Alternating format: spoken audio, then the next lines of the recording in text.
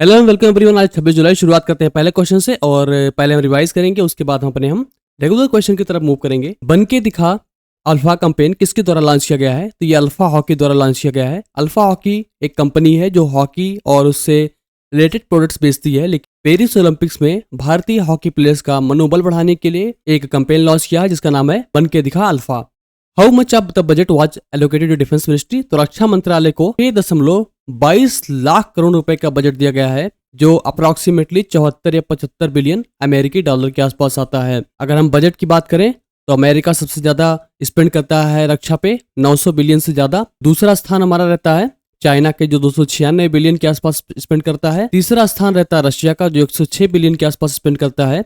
और इंडिया जो है 74-75 बिलियन रखता है। और जैसा कि हम रैंकिंग की बात कर रहे हैं, ये सारी रैंकिंग रिलीज की जाती है SIPRI यानी कि Stockholm institute of Peace Research. इसको ओलंपिक ऑर्डर से सम्मानित किया गया है इंटरनेशनल ओलंपिक कमेटी द्वारा। तो अभिनव बिंद्रा हैं। अभिनव बिंद्रा ने गोल्ड मेडल जीता था पहले शूटिंग चैंपियनशिप में, और इनको ओलंपिक ऑर्डर से सम्मानित किया गया है।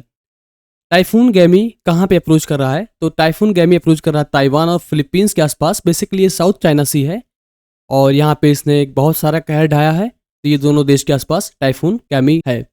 What is the share of funding of the central government in special status category status? जो विशेष राज्य का दर्जा दिया जाता है राज्यों को, उसमें सेंट्रली स्पॉन्सर्ड स्कीम्स होती हैं, जो केंद्र सरकार की स्कीमें होती हैं, उनमें उसका योगदान कितना होता है? तो केंद्र सरकार इसमें 90% खर्च करती है, लेकिन बाकी राज्यों के लिए केंद्र सरकार की हिस्सेदारी 60 से 75% के बीच में रहती है और बाकी हिस्सेदारी राज्य सरकार की होती है। यूएस सीक्रेट सर्विस में नए एक्टिंग चीफ अपॉइंट किए गए हैं। उनका नाम क्या है? तो उनका नाम है रोनाल्ड एल लोवे जूनियर। जैसे कि हमको पता है कि former US president Donald Trump एक शूटिंग में बाल बाल बच्चे थे, और उसको देखते हुए जो उस समय के चीफ थे वो रिटायर हो चुके हैं, हट चुके हैं। अब ये नए चीफ आए, उनका नाम है रोनाल्ड एल लेवे जूनियर। इसके पहले थी किम चीटल, और उनका कार्यकाल यहीं पे खत्म होता है अब। US secret service basically America के राष्ट्रपति को, वाइस प्रेसिडेंट्स को और फॉर्मर प्रेसिडेंट और वाइस प्रेसिडेंट्स के फैमिलीज और उनको सुरक्षा देता है। अगला क्वेश्चन हमारा है कि म्यांमार के एक्टिंग प्रेसिडेंट कौन बने हैं? तो मिंग आउंग हलैंग बने हैं। इसके पहले जब फरवरी 2021 में जब तख्ता पलट हुआ था, काउप हुआ था, तो उस समय वहाँ की जो डेमोक्रेटिक सरकार थी उसको हटा के मिलिट्री चीफ खुद वहाँ के प्रधानमंत्री अपने आप को नियुक्त कर लिया था, और इन्होंने अब खुद ही को प्रेसिडेंट नियुक्त कर लिया है। ये म्यांमार में इस समय प्रेसिडेंट हैं। ये पहले मिलिट्री चीफ थे म्यांमार के, अब ये प्रेसिडेंट की तरह कार्य कर रहे हैं। और म्यांमार कई इंपॉर्टेंट एसोसिएशन का हिस्सा है, जैसे कि आसियान हो गया या फिर बिम्स्टेक हो गया, तो इसको याद रखिएगा। और म्यांमार की जो करेंसी है वो है क्यात। चलते हैं अपने रेगुलर क्वेश्चन की ओर। आइए चलते हैं रेगुलर क्वेश्चन की ओर। पहला क्वेश्चन हमारा है, एयरप्लेन्स दिख रहे हैं यानी कि कुछ इंटरनेशनल होगा। वैश्विक पासपोर्ट सूचकांक में भारत का स्थान क्या है? तो भारत का स्थान है 82। इसके पहले भारत का स्थान था 84। 2023 की जो रैंकिंग थी, 2024 में इसका स्थान 82 हो गया, थोड़ा सा इंप्रूवमेंट हुआ है। इस 82 रैंकिंग के कारण भारत 58 देशों में बिना वीजा के जाके वहां पे ट्रेवल कर सकता है। ये सारे देश जैसे कि मलेशिया, थाईलैंड हो गए, यहाँ पे जा सकते हैं आराम से। पड़ोसी देश हमारा पाकिस्तान, उसकी रैंकिंग 100 है। ये बेसिकली बहुत ही लोवेस्ट स्तर पे है। ये सोमालिया के आसपास इसकी रैंकिंग है। ये जानते हैं इसके बारे में, थोड़ी सी डिटेल में रैंकिंग देखते हैं। पहला स्थान मिला है एशियाई देश को, इसको याद रखिएगा, ये सिंगापुर है अपना। उसके बाद दूसरा स्थान मिला है इन सारे देशों को, स्पेन, फ्रांस, जर्मनी और इटली। और यूएस का स्थान जरूर याद रखिएगा, 8वां स्थान है। इंडिया का स्थान 82वां है। और ये भी याद रखिए कि इंडिया को किन देशों के बीच में रखा गया है, किन देशों के साथ रखा गया है। तो ये है सेनेगल और तजाकिस्तान। अब थोड़ा पड़ोसियों के बारे में जानना जरूरी है। अफगानिस्तान की रैंकिंग 123 है और ये दुनिया का सबसे वीकेस्ट यानी कि सबसे लोवेस्ट रैंकिंग पासपोर्ट है। पाकिस्तान का 100 है, चाइना 59 है, भूटान का 87 है, बांग्लादेश 97 है, नेपाल 98 है और श्रीलंका 93 है। यह रैंकिंग आप याद करें या ना करें, लेकिन इस रैंकिंग से आपके देशों की भौगोलिक स्थिति पता लगती है, उनकी ग्लोबल इंपॉर्टेंस पता लगती है। ये आगे कहीं ना कहीं चल के आप इससे पिक्चर को कनेक्ट कर पाएंगे और चीज़ों को बेहतरी समझ पाएंगे। हेनले पार्टनर्स एक ऑर्गेनाइजेशन है, ये बहुत सारी लिस्ट जारी करता है। इसका मुख्यालय है लंदन, यूनाइटेड किंगडम। सीईओ इसके हैं ज्वेर्ग स्टीफन। और जैसा कि हमने पढ़ा था कि इंडिया रैंकिंग 84 थी लास्ट ईयर, अब 82 हो गई है। चलते हैं अगले क्वेश्चन की ओर। सभी के लिए प्रारंभिक चेतावनी EW फॉर ऑल पहल किसके द्वारा की गई है? इसको पहले देखते हैं। अर्ली वार्निंग फॉर ऑल, इसी का कोड वर्ड है E फॉर ऑल, और ये जारी किया गया है। बहुत ही इंपॉर्टेंट क्वेश्चन है। WMO और FAO, वर्ल्ड मेट्रोलॉजिकल ऑर्गेनाइजेशन, और FAO जो है फूड एंड एग्रीकल्चरल ऑर्गेनाइजेशन है। तो इन दोनों ने early warning for all initiative launch किया है। बेसिकली एग्रीकल्चरल फील्ड के लिए ज़्यादा इंपॉर्टेंस रखेगा ताकि किसान अपने खेतों को बेहतरीन तरीके से मैनेज कर पाएँ। इसका उद्देश्य ये है कि जब कोई डिजास्टर या खराब मौसम होता है तो ये अलर्ट्स टाइमली जारी कर पाएगा विभिन्न देशों में। FAO जैसे कि पता है कि फूड एंड एग्रीकल्चर ऑर्गेनाइजेशन है, इसका मुख्यालय है इटली के रोम शहर में है। वर्ल्ड मेट्रोलॉजिकल ऑर्गेनाइजेशन जो कि मौसम विभाग का एक ग्लोबल ऑर्गेनाइजेशन है, ये विभिन्न देशों में साथ मिलके मौसम से रिलेटेड जानकारियां शेयर करता है और दुनिया भर की मेट्रोलॉजिकल ऑर्गेनाइजेशन जो उस देश की है उसके साथ मिलकर काम करता है। इसका मुख्यालय है जेनेवा, स्विट्जरलैंड। अगर आपने मेरा पिछला लेक्चर देखा होगा तो आपको पता होगा कि हमने डिस्कस किया था कि चाइना, ऑस्ट्रेलिया और इंडिया को FAO ने बताया है कि ये सबसे बेहतरीन देश हैं जिसमें पेड़ लगने की दर ज़्यादा है, पेड़ कटने की दर कम है, यानी कि इसमें नेट फॉरेस्ट गेन हो रहा है, जंगल की आबादी बढ़ रही है। इसने जो रैंकिंग जारी की थी वो इंडिया की रैंकिंग 3rd जारी की थी पूरे विश्व में, जिसमें फॉरेस्ट गेन सबसे बेहतरीन रहा है। तो इसको याद करके रखिएगा। इंडिया का जो फॉरेस्ट कवर है वो करीब 21.7% है। अगर हमारे पास 100 हेक्टेयर की ज़मीन है मान लीजिए, तो हमने 21.7 हेक्टेयर में पेड़ लगा रखे हैं। इस वर्ष कारगिल विजय किस वर्षगांठ को मनाने के लिए तैयार है? तो ये है 25वीं वर्षगांठ। कारगिल जो विजय दिवस मनाया जाता है वो बेसिकली भारत की सेना पाकिस्तान की सेना को हराकर विजयी प्राप्त हुई थी और उसी के इस दिवस को मनाया जाता है। इसमें शुरुआत हुई थी युद्ध की जो मई से जुलाई 1999 तक चला था और इसका जो नाम रखा था वो था ऑपरेशन विजय। और जम्मू कश्मीर के कारगिल की डिस्ट्रिक्ट है, वहां पे जो घुसपैठिए आ गए थे पाकिस्तानी, उनको हरा के, उनकी सेनाओं को हरा के भारत ने विजय प्राप्त की थी। 26 जुलाई 1999 को युद्ध विराम की घोषणा की गई और इसके साथ ही ऑपरेशन की परिणति भारत की जीत के रूप में हुई। इस दिवस का उद्देश्य यह है कि युद्ध के नायकों जो वार हीरोज थे उनको मनाने के लिए प्लस विजय को मनाने के लिए जो हमारी विक्ट्री हुई है 26 जुलाई को कारगिल विजय दिवस के रूप में मनाया जाता है। तो इसको याद रखिएगा।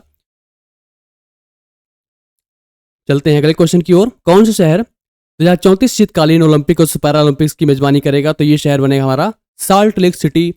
साल्ट लेक सिटी अपना ये कोलकाता वाला नहीं है, ये साल्ट लेक सिटी उटाह में है जो बेसिकली यूनाइटेड स्टेट्स में है और ये मेजबानी करेगा विंटर ओलंपिक्स और पैरा ओलंपिक्स दोनों की। ये लिस्ट मैंने आपके लिए तुरंत बनाई है। अभी समर ओलंपिक्स जो भी होंगे 2024 पेरिस में चल रहे हैं, अगले इसमें 4 साल और जोड़ लीजिए, आपको LA यानी कि लॉस एंजल्स यूनाइटेड स्टेट्स में मिलेंगे। और इसकी खास बात है कि इसमें पहली बार क्रिकेट को खेला जाएगा, क्रिकेट गेम पहली बार ओलंपिक्स में आ रहा है। फिर इसमें 4 साल जोड़ लीजिए और ये ब्रिस्बेन ऑस्ट्रेलिया में आयोजित किया जाएगा 2032 का ओलंपिक्स। विंटर ओलंपिक्स की बात करें 2026 मिलन यानी कि इटली में होगा। उसके बाद 4 और जोड़ लें, फ्रेंच एल्प्स यानी कि फ्रांस की एक जहाँ पर्वत श्रृंखला है वहाँ पर ठंडी वाला यानी कि विंटर ओलंपिक्स होगा। और उसमें 4 साल और जोड़ लें तो 2034 का साल्ट लेक सिटी वाला विंटर ओलंपिक्स होगा या पैरा ओलंपिक्स होगा जो US का एक शहर है जिसने हमने पढ़ा है यहाँ पे। तो ये कुछ इसका फार्मूला है जहाँ से आप देख सकते हैं। चलते हैं अगले क्वेश्चन की ओर। अगला क्वेश्चन हमारा म्यूजियम या कोई आर्ट एंड कल्चर को लेके है। किस बॉलीवुड अभिनेता को ग्रेविन संग्रहालय में उनकी तस्वीर वाले व्यक्तिगत सोने के सिक्के से सम्मानित किया गया है? इसमें बेसिकली एक म्यूजियम है और वहाँ पे सोने के सिक्के जारी किए गए हैं और उस सिक्के में उस एक्टर की छवि है, उसकी इमेज को उकेरा गया है। तो वो एक्टर हैं शाहरुख खान। ग्रेविन म्यूजियम एक जैसे कि मैडाम टुसाड्स होते हैं वहाँ पे मोम की स्टैचूज होती हैं, इसी प्रकार से ये एक ग्रेविन बहुत ही फेमस म्यूजियम है और ये फ्रांस में है। और फ्रांस की एक बहुत ही फेमस नदी है जिसको आप जान के रखें, सीन नदी है, ये वहाँ पे स्थित है। तो ये भारत के पहले ऐसे अभिनेता बने हैं। हाल ही में इजरायली संसद ने आतंकवादी संगठन किसी ऑर्गेनाइजेशन को घोषित कर दिया है और ये उनके युद्ध से रिलेटेड है, ये उनके वहाँ पे रीजनल कन्फ्लिक्ट को लेके है। तो ये है UNRWA। इसका फुल फॉर्म है United Nations relief and works agency for Palestinian refugee. जैसा कि पता है कि इजरायल और फलस्तीन का युद्ध चल रहा है और ये ऑर्गेनाइजेशन फलस्तीनियन रेफ्यूजीज की मदद करता है, लेकिन इजरायल के द्वारा इसको आतंकी संगठन के रूप में देखा जा रहा है और इसको एक बिल पारित हुआ है जिसमें इसको आतंकी संगठन घोषित किया गया है। भारत की संसद जैसे कि पता है संसद भवन है, उसी प्रकार से इजरायल की संसद को हम नेसेट कहते हैं, उनका नाम नेसेट रखा गया है। यूनाइटेड किंगडम की संसद को वेस्ट मिनिस्टर कहते हैं और जापान की जो पार्लियामेंट है उसको डाइट कहते हैं। इजरायल की जो कैपिटल है वो है जेरूसलेम। ये भी एक विवादित है क्योंकि फलस्तीन इजरायल को लेकर इसमें विवाद है। इनकी ऑफिशियल जो लैंग्वेज है वो है हिब्रू। यहाँ पे ज्यूस इथनिक ग्रुप के लोग पाए जाते हैं। यहाँ के प्राइम मिनिस्टर हैं बेंजामिन नेतान्याहू और प्रेसिडेंट हैं आइजाक हेrzog। और जो यहाँ की करेंसी है वो है न्यू शकेल। अगले क्वेश्चन की ओर बढ़ते हैं। अंतर्राष्ट्रीय ओलंपिक समिति के सदस्य के रूप में किसे नियुक्त किया गया है? तो ये भारत की पहली महिला सदस्य हैं और ये है नीता अंबानी। नीता अंबानी को फिर से चुना गया है इंटरनेशनल ओलंपिक कमेटी द्वारा मेंबर की तरह। भारत की पहली महिला मेंबर हैं जो चुनी गई हैं। इनका पहली बार चुनाव 2016 में हुआ था और इनको फिर से चुना गया है। अगला क्वेश्चन है हमारा खूबसूरत शहर है पेरिस के बारे में। चलिए जानते हैं क्या है ये। फ्रांसीसी सरकार द्वारा Officier dans l' Ordre des Arts et des Lettres के प्रतीक के चिन्ह से किसे सम्मानित किया गया है? तो इनका नाम बताना है। तो ये हैं रहाब अलाना।